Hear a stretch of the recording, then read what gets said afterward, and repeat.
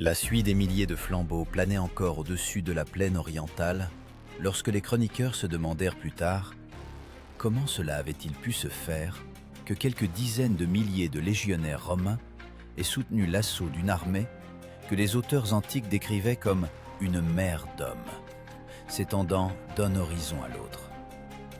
Tite-Live mentionnait que les rois orientaux menaient souvent sur le champ de bataille des effectifs dépassant de plusieurs fois le nombre d'une ville ordinaire. Et c'est précisément cet affrontement qui devint l'épreuve vers laquelle Rome avait marché pendant de nombreuses décennies. Mais les chiffres ne sont qu'une ombre. La véritable tempête se cachait dans la peur qu'éprouvaient les guerriers eux-mêmes, marchant vers cette rencontre. L'odeur d'huile brûlée des phares allumés, le grondement des tambours qui roulaient à travers la steppe, la sensation que la terre tremblait sous leurs semelles. Lorsque les écrivains antiques disaient que l'armée de l'Orient s'était déployée comme un immense tapis mouvant, ils faisaient référence avant tout à la densité de la formation, qui impressionnait même les Romains. C'était précisément une telle masse de troupes qu'étaient chargés de contrôler les officiers, que l'on appelait à Rome les centurions. C'étaient des commandants de petites unités dont l'autorité en campagne était comparée par les historiens militaires contemporains au pouvoir des sergents-majors. Ils maintenaient le rang, veillaient à la discipline, donnaient le rythme à toute la ligne. Et c'est ainsi qu'au milieu du fracas et de la poussière, alors que l'armée colossale de l'adversaire se révélait devant eux, les centurions brandissaient leurs bâtons de vigne rigides, rappelant à chaque légionnaire que l'ordre est plus important que la peur. Les découvertes archéologiques sur les lieux de tels affrontements montrent que les boucliers des légionnaires étaient lacérés, comme s'ils avaient passé par un hachoir, en taille profonde, traces de lance à large pointe, bords métalliques fondus. Cette image aide à comprendre l'ampleur de la menace, comme si une mince porte en bois essayait d'arrêter une tempête.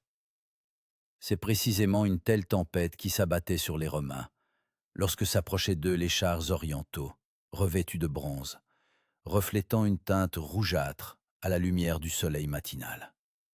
Les Romains appelaient contubernium une formation de combat particulière, créant un carré rigide, un petit bloc tactique, une sorte de famille combattante de 8 hommes. Ici, chacun connaissait les habitudes et les faiblesses de l'autre, et au moment décisif, ils agissaient comme un seul muscle. Et bien que des forces que les chroniqueurs orientaux estimaient à des centaines de milliers s'opposaient à eux, ce sont précisément ces petites unités qui devenaient les briques d'un immense mur retenant le choc. Mais même la machine romaine, méticuleusement huilée, ne pouvait cacher le fait qu'en ce jour, il devait faire face à quelque chose qui menaçait le principe même de la logique militaire romaine. L'air devenait plus lourd, comme avant une tempête, et les légionnaires sentaient une épreuve approchait, que tous ne pourraient pas survivre. Et c'est précisément dans cette épreuve que se cachait le secret, dont les auteurs antiques écrivaient avec une déférence contenue. Le début de cette histoire nous ramène aux années où les rois orientaux renforçaient la puissance de leurs États, rassemblant sous leurs étendards des troupes de toutes les terres sous leur domination. Polybe mentionnait que les souverains de l'Orient pouvaient mobiliser des dizaines de milliers d'archers, de lanciers à cheval, et même de cavaliers blindés, que l'historiographie moderne appelle cavalerie lourde. Ces préparatifs n'étaient pas un geste de démonstration de force, ils reflétaient la peur de Rome, qui avait absorbé Carthage en une seule génération et atteint les frontières des royaumes hellénistiques. L'Orient voyait en Rome non seulement un rival, mais une avalanche qui se déverserait inévitablement un jour sur leurs terres. Et pourtant, Rome avançait vers cet affrontement progressivement, tel un boxeur étudiant son adversaire round après round. Le Sénat exigeait des rapports sur la population des provinces, l'état des routes, les stocks de céréales. Et c'est cette minutie que César appelait le nerf de la stratégie romaine. Pour comprendre l'ampleur de l'épreuve à venir, il suffit de regarder la ration d'un légionnaire ordinaire. Environ 1 kg de céréales par jour, plus des légumes secs, un morceau de fromage, un peu de vin, du sel. Pour une seule légion, des dizaines de tonnes de provisions étaient nécessaires quotidiennement. Imaginez maintenant que l'armée devait traverser des centaines de kilomètres, souvent sur des terres où l'eau était plus rare que les ombres des arbres. C'est ainsi que se manifestait la véritable force de Rome. Non pas dans l'éclat du métal, mais dans la froide précision des calculs. Parmi les procédures préparatoires, une place spéciale était occupée par la formation que les Romains appelaient les manipules, des unités de combat flexibles, ressemblant à des groupes tactiques modernes. Mais pour que la légion puisse se réorganiser rapidement et sans confusion, les centurions obligeaient les soldats à marcher pendant des heures. Les archéologues ont découvert dans les camps romains des bâtonnets de bois marqués. C'est ainsi qu'était fixé le pas minimum requis lors des entraînements. Chaque marque de ce type était comme un petit contrat entre le légionnaire et l'Empire. Marche correctement, ne brise pas le rythme, et à tes côtés, la formation ne s'effondrera pas. Le poids de l'équipement faisait de ces entraînements presque une torture. La cuirasse du fantassin lourd pouvait peser environ 10 kg, le bouclier 6, deux javelots encore quelques-uns. Ajoutez à cela la marmite, la trousse à outils, les réserves de provisions, le manteau, la couverture, et vous obtenez une charge qui approchait le poids d'un petit enfant. Ce n'est pas un hasard si l'historien contemporain Goldsworthy soulignait que les légionnaires romains étaient davantage des athlètes endurants que des guerriers au sens habituel du terme. Et tout cela était nécessaire, car l'adversaire se préparait avec non moins de minutie. L'armée orientale utilisait des formations que l'on comparait à un mur mouvant. Des rangées denses de lanciers, renforcées par des éléphants ou des chars, selon la région. Ces forces pouvaient s'abattre sur les lignes romaines avec une telle puissance que même une légion parfaitement entraînée risquait de craquer. C'est pourquoi les Romains accordaient une attention considérable au système de signalisation. Les étendards, les trompes de cuivre, les gestes des centurions créaient un réseau de commandement unifié, sans lequel la formation se serait effondrée dès les premières minutes de la bataille. Un élément particulier de la préparation était le perfectionnement de la manœuvre que les Romains appelaient le retrait avec déploiement de la deuxième ligne. C'était une ruse, semblable à la mémoire d'un joueur d'échecs expérimenté. Lorsque la première ligne était épuisée, elle se retirait à travers les intervalles dans les rangs, et une cohorte fraîche prenait sa place. Les armées orientales, habituées à la pression du nombre, tombaient souvent dans le piège.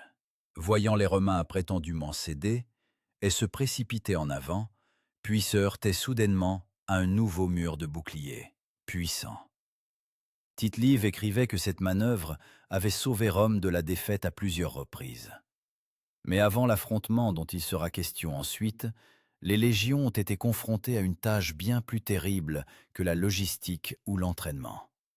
La préparation touchait à sa fin, et les troupes se tenaient à la frontière, où le rythme des tambours lointains de l'Orient se faisait déjà sentir, comme si quelqu'un frappait le cœur immense de la terre. C'est à ce moment que chaque légionnaire commençait à comprendre. Ce n'était pas seulement une bataille qui les attendait, mais une épreuve où le nombre d'ennemis pouvait écraser la raison aussi facilement qu'un coup de lance perce la peau. Et pourtant, les légions continuaient d'avancer, car elles savaient qu'une rencontre les attendait qui bouleverserait l'idée même de la suprématie militaire. Lorsque les premiers rayons de l'aube se posèrent sur la steppe, les éclaireurs romains s'approchaient déjà d'une hauteur d'où s'ouvrait la vue sur la vallée. Leurs rapports, comme l'écrivit Appien, arrivèrent presque simultanément.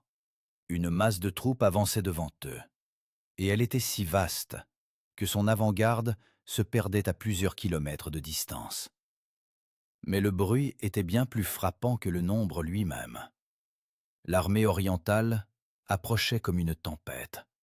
Le hennissement de milliers de chevaux, le grincement des chars en bois, le bruissement des immenses étendards qui flottaient au vent matinal. Même les légionnaires, habitués aux marches rigoureuses et à la pression de la peur, sentaient que ce matin deviendrait une ligne qu'il serait impossible d'effacer.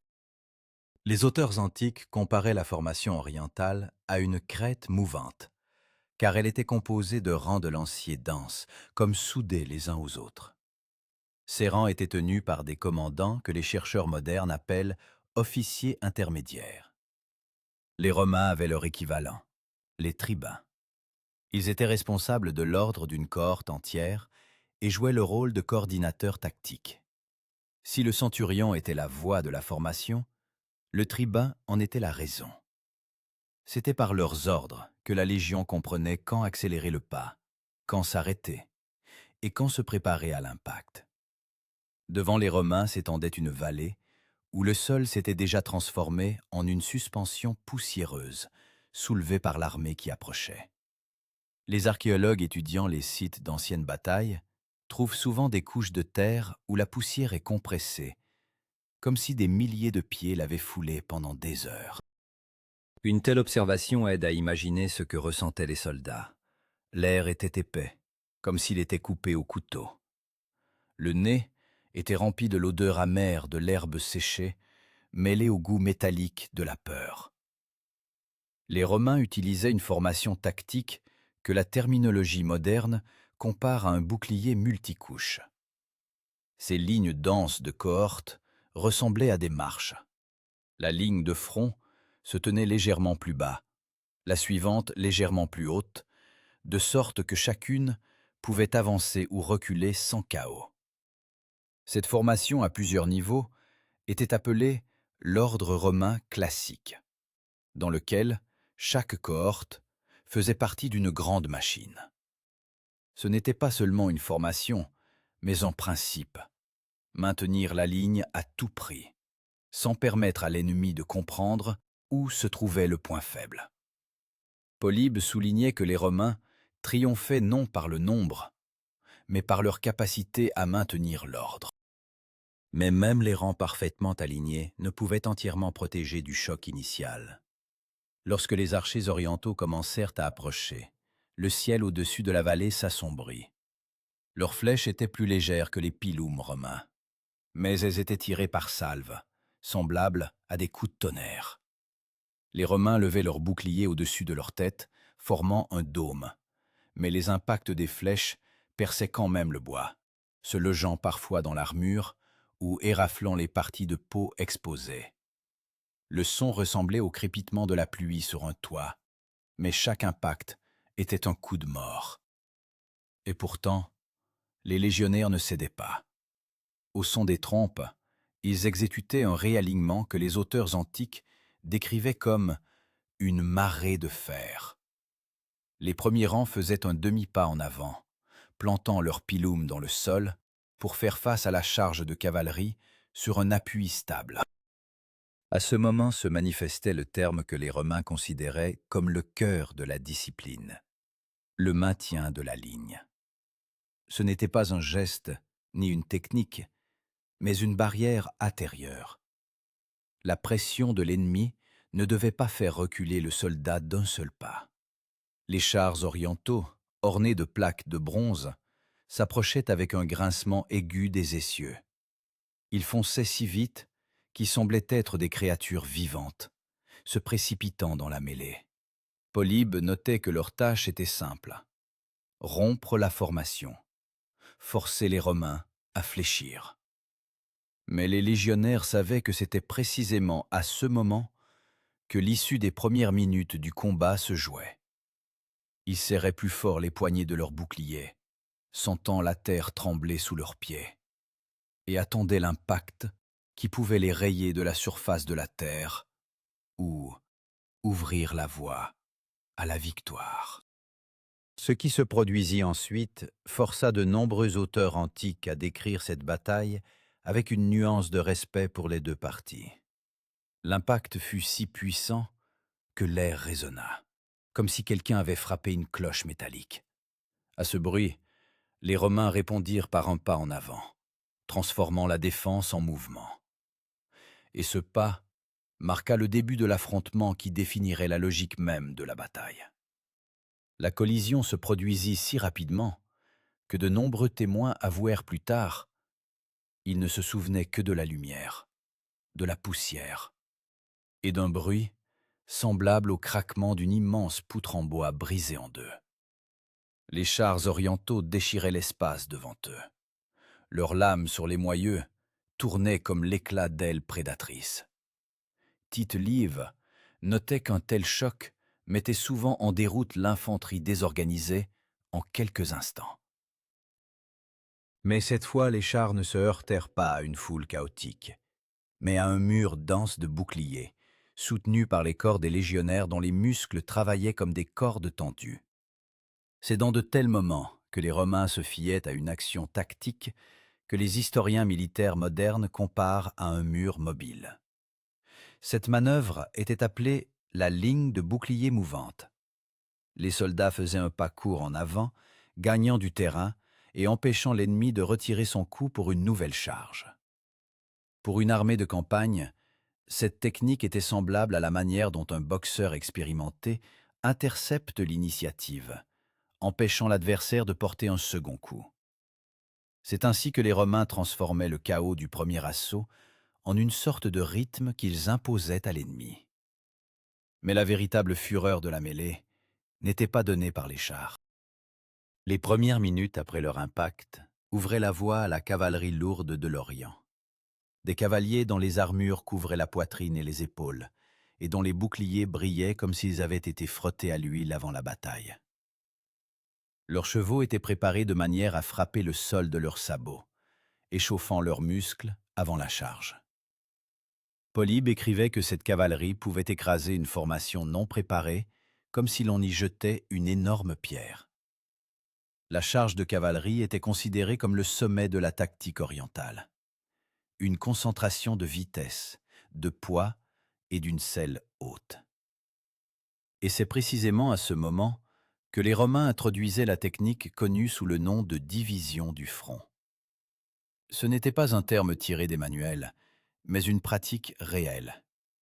La ligne de front s'ouvrait, formant des passages étroits où la cavalerie s'engouffrait comme de l'eau dans une fissure. Mais au signal de la trompe, ces passages se refermaient brusquement, et les cavaliers se retrouvaient coupés de la masse principale. Cela ressemblait à un piège dans lequel les chasseurs attirent un animal sauvage. Il s'y engouffre, mais il n'y a plus d'issue. De tels groupes de cavaliers devenaient rapidement la cible des pilums, et chaque pilum lancé agissait comme un crochet de fer, tirant le cavalier hors de sa selle. L'un des termes clés de cette étape était lié à la nature même de l'entraînement romain. Il s'agit de la formation que les Romains appelaient le coin, cuneus, une formation ressemblant à une pointe de flèche. Dans la compréhension moderne, c'était une unité de choc qui déplaçait le centre de la ligne ennemie, la forçant à se déformer. Le coin fonctionnait comme un ciseau dans les mains d'un artisan. Il fendait les masses denses de lanciers là où il s'attendait le moins à l'impact. Le centurion menant un tel coin ne faisait pas que commander. Il devenait une balise vivante de direction. Un point de repère dans le chaos où presque tout se perdait, sauf l'instinct de survie. Et pourtant, même une telle manœuvre ne pouvait complètement renverser le cours de la mêlée, car la supériorité numérique de l'Orient continuait d'écraser les Romains de toute sa masse. Les auteurs antiques décrivaient que les commandants orientaux amenaient de nouveaux rangs de lanciers, comme des couches d'eau montant avec la marée. Chaque nouvelle couche exerçait une pression sur le front romain, et la terre sous les pieds des légionnaires commençait à se transformer en un mélange visqueux de poussière, de sueur et de sang. Les racines des hautes herbes étaient arrachées du sol, et il semblait que la nature elle-même essayait de retenir l'assaut. Alors qu'il semblait que la ligne romaine commençait à fléchir, apparut un son que les auteurs antiques appelaient le tonnerre de fer. C'était le signal donné par les trompes romaines pour le déploiement simultané de la deuxième ligne. Ce moment fut comparable à celui où un spectateur au théâtre voit soudainement un changement de décor. Des forces fraîches remplaçaient les combattants épuisés. Les guerriers orientaux, convaincus que les Romains allaient bientôt tomber sous le nombre, se heurtaient soudain à un nouveau mur, brillant de sueur et de métal. Pour eux, ce fut comme un choc pour l'esprit. Tu pensais avoir presque gagné, et la victoire se dissolvait devant toi, comme un mirage. Appien écrivait que c'est alors qu'un son particulier apparut dans l'air, un grincement métallique répétitif émis par les boucliers des Romains avançant. C'était le moment où les légionnaires cessaient de simplement tenir la ligne et commençaient à pousser. C'était comme si une presse gigantesque s'était mise en mouvement, implacable et lourde. Et à cet instant, il devenait clair. Le premier assaut, le plus violent, de l'Orient s'était déjà épuisé. Mais la bataille commençait seulement à révéler sa véritable profondeur.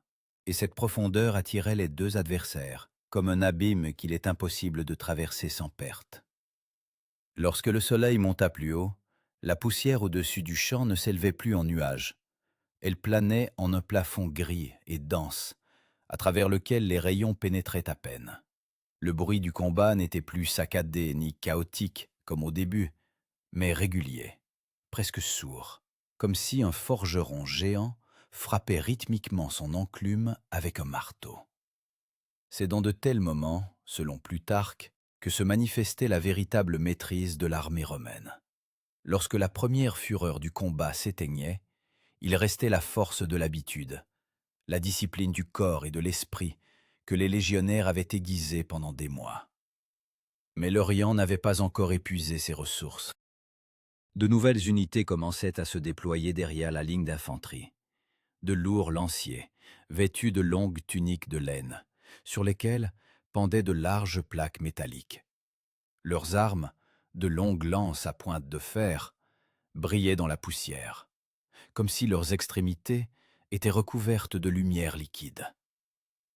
Ces lanciers avançaient lentement, mais implacablement, et leurs rangs se resserraient, comme un ressort d'acier, prêt à percer n'importe quelle défense. C'est à ce moment précis que l'armée romaine eut recours à une technique qui deviendrait célèbre plus tard dans la science militaire.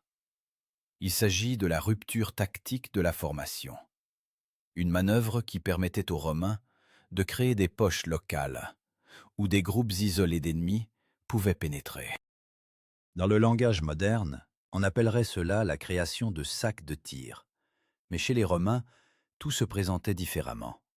Les boucliers s'écartaient légèrement, et les ennemis pénétraient à l'intérieur, convaincus qu'ils avaient percé la ligne.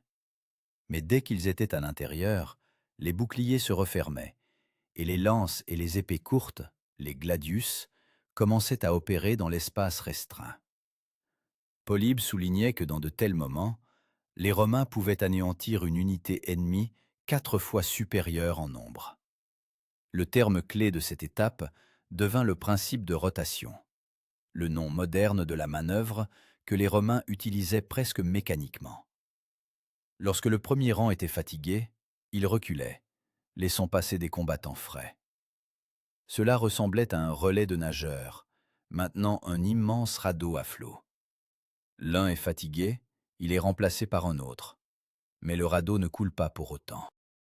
Le tribun, dans de tels moments, devenait le chef d'orchestre d'une symphonie de combat. Ses gestes donnaient le rythme dans lequel 1000 hommes se déplaçaient comme un seul organisme. Toute erreur du tribun pouvait détruire la formation, et c'est pourquoi le rôle de ces officiers était comparé au système nerveux de la Légion. Mais même avec une rotation idéale, la situation restait critique. Les lanciers orientaux, avançant, exerçaient une pression non seulement par le nombre, mais aussi par le poids de leurs longues lances. Les coups pleuvaient d'en haut, et les boucliers romains tremblaient comme s'ils étaient frappés par une pluie de pierres. Certaines pointes perçaient le bord du bois et se logeaient dans les mains, forçant les soldats à serrer les dents pour ne pas lâcher leurs boucliers. Plutarque notait que dans de tels moments, les centurions romains marchaient le long de la ligne, soulevant les boucliers tombés avec leurs pieds, comme s'ils poussaient les combattants à continuer la lutte. Leurs bâtons de vigne tapaient légèrement sur le dos des soldats, donnant un rythme qui rappelait le battement de cœur de l'armée. Le point culminant arriva lorsque l'Orient engagea ses dernières réserves, ce que les auteurs antiques appelaient le cœur de l'armée, la cavalerie d'élite, protégée par les meilleurs guerriers. Leurs armures étaient si méticuleusement polies qu'elles réfléchissaient la lumière comme de petits miroirs. Leurs chevaux étaient grands, avec des coups puissants et des crinières épaisses, agités par le vent sec de la steppe. Ils entraient lentement sur le champ de bataille, comme des acteurs entrant dans l'épisode décisif d'une tragédie. Et même les Romains, qui en avaient vu beaucoup, sentaient un frisson leur parcourir le dos. Devant eux se trouvait une force prête à balayer tout sur son passage. Le signal de la trompe déchira l'air, et les Romains passèrent à la formation que Plutarque décrivait comme la coupe d'acier. C'était une formation semi-circulaire profonde, dans laquelle la cavalerie s'engouffrait inévitablement, pensant encercler les Romains. Mais à l'intérieur de cette coupe, les soldats étaient répartis en couches, et l'impact de la cavalerie se brisait comme une vague s'écrasant contre une baie rocheuse. Chaque cavalier qui pénétrait à l'intérieur se retrouvait encerclé par des combattants prêts à frapper de bas en haut, sous le bouclier ou sous la plaque d'armure. Lorsque les premiers rangs de la cavalerie d'élite commencèrent à se briser, l'air se remplit de bruits de métal qui craquent et du cliquetis des lances qui tombaient. Les guerriers orientaux, habitués aux victoires faciles, sentirent pour la première fois de la journée que leur force se heurtait à quelque chose qui ne cédait pas au nombre. Et c'est à cet instant précis que les Romains avancèrent, comme une marée inéluctable qui avait accumulé sa puissance tout au long de la matinée. Ce mouvement était lent, pas après pas, mais chaque pas résonnait dans le sol comme le battement d'un cœur immense. Et à ce moment, il devenait clair. Tout ce qui s'était passé auparavant n'était qu'une préparation au dénouement, dont dépendait le destin des deux armées. Lorsque le coin de cavalerie de l'Orient commença à se désagréger, il sembla qu'une immense statue de pierre, restée au même endroit pendant des siècles, avait perdu l'équilibre et se fendait de haut en bas. Les Romains n'accélérèrent pas brusquement l'assaut. Au contraire, ils semblaient écouter comment la résistance se brisait et ajustaient leurs pas au rythme lent de la destruction. C'est dans de tels moments que se manifestait la célèbre froideur romaine. Non pas une rage déchaînée, ni un éclat d'émotion, mais une rationalité stricte et prédatrice qui, sur le champ de bataille, transformait la légion en machine. C'est ce moment, le passage de la défense à l'attaque, que les auteurs antiques considéraient comme le plus difficile. En théorie, tout semblait simple. Les Romains devaient resserrer leurs boucliers, faire quelques pas en avant, puis quelques autres, et frapper. Mais la réalité était différente. Le sol sous leurs pieds était jonché de corps et d'armes. Les boucliers étaient meurtris, les lances brisées. La respiration restait coincée dans la poitrine comme une pierre chaude. Et pourtant, les centurions réussissaient à redresser la ligne, criant de courts ordres qui se noyaient dans le vacarme du combat, mais qui parvenaient d'une manière ou d'une autre aux oreilles de chaque légionnaire. Cesordre, stringe, comprimo, procede n'étaient pas de simples mots. C'était la langue avec laquelle la légion se parlait à elle-même. Lorsque la formation commença à bouger, les Romains sentirent que la terre résistait. Mais dès le premier pas fait, le deuxième devenait plus facile, le troisième plus assuré. Polybe écrivait que dans de telles minutes, la légion ressemblait à un rocher roulant. Au début, il faut appliquer une force énorme pour le déplacer, mais ensuite, la masse elle-même commençait à travailler pour vous. Et en effet, la ligne romaine s'anima soudain, non pas par à-coups, mais par un mouvement régulier et calme, qui inspirait la terreur à ceux qui se tenaient en face. Les lanciers orientaux, qui avançaient jusqu'alors, perdaient désormais leur stabilité. Leurs longues lances étaient pratiques pour la première phase du combat, pour stopper une attaque ou pour faire pression sur le front adverse. Mais lorsque l'adversaire avançait lentement, implacablement, appuyant ses boucliers contre les hampes et réduisant la distance, les lanciers perdaient leur principal avantage, la longueur. Ils devaient soit jeter leurs armes, soit s'y accrocher, se transformant en cibles immobiles. Les Romains le savaient. Ils le savaient non comme un fait abstrait, mais comme une expérience assimilée au fil de dizaines de campagnes. C'est pourquoi ils ne se pressaient pas de couper les lances, comme le faisaient les barbares. Ils poussaient, simplement poussaient. Le bruit des hampes qui se brisaient devenait de plus en plus fort. On aurait dit que quelqu'un déchirait des branches sèches à proximité, les jetant dans un feu de joie. Chaque fois qu'une lance se brisait, le Romain portait une courte estocade avec son gladius. C'est ce rythme, poussé, brisé, frappé, qui constituait la base de la musique de combat romaine, comme l'appelait un historien tardif. Pendant ce temps, la garde de cavalerie d'élite de l'Orient tentait de se regrouper. Ils comprenaient que leur premier coup avait échoué, et qu'une récidive ne produirait plus l'effet de surprise sur lequel ils comptaient. Le commandant de la cavalerie, un homme au casque haut avec un long panache, essayait de couvrir le bruit du combat, levant son épée au-dessus de sa tête. Mais ses mots se noyaient dans le rugissement du fer, et les cavaliers ne voyaient que le mouvement de son bras.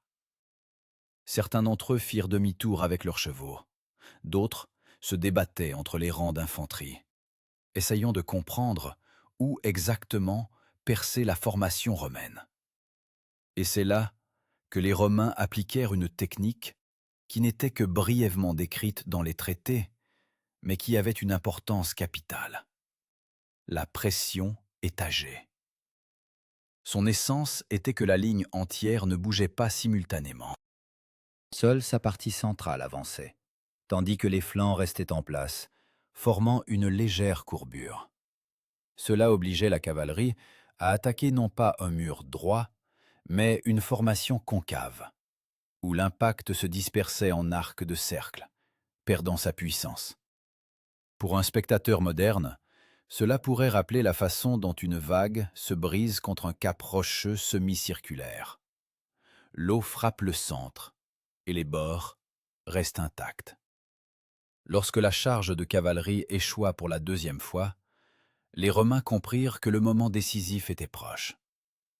Les légionnaires le sentaient, non par la raison, mais par le corps, par un instinct ancien qui ne s'éveillait que lors des grandes batailles. L'air devint plus dense, le bruit du combat plus sourd, comme si le monde lui-même retenait son souffle avant le dénouement. À cet instant, la Légion fit ce à quoi l'Orient ne s'attendait pas. Elle accéléra. Elle ne se mit pas à courir, non.